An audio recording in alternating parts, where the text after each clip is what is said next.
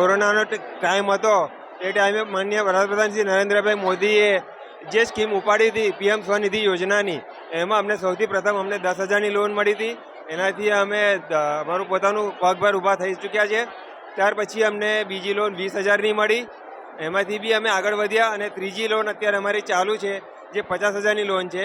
એમાં અમને ઘણો ફાયદો થયો છે અને અમે એનાથી બી ખૂબ આગળ વધી ચૂક્યા છે. પીએમ સ્વનિધિ જે પ્રોગ્રામ છે એ ઘણા સમયથી ચાલી રહેલો પ્રોગ્રામ છે. પહેલાં જે સ્ટ્રીટ વેન્ડર્સ હોય છે એ લોકોને આપણે 10,000, 20,000 અને 50,000ની લોન આપતા હતા.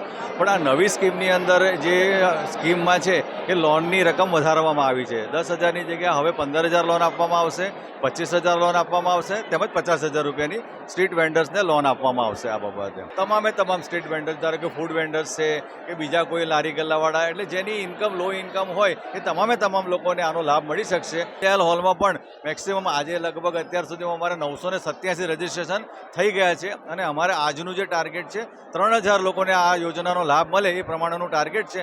पीएम स्वनिधि स्कीम बहुत ही अच्छे वे में चल रही है, तो पीपल आर वेटिंग, लिटरली इंतजार कर रहे हैं कि नेक्स्ट स्कीम्स में क्या क्या उनको फ़ायदे मिलने वाले हैं.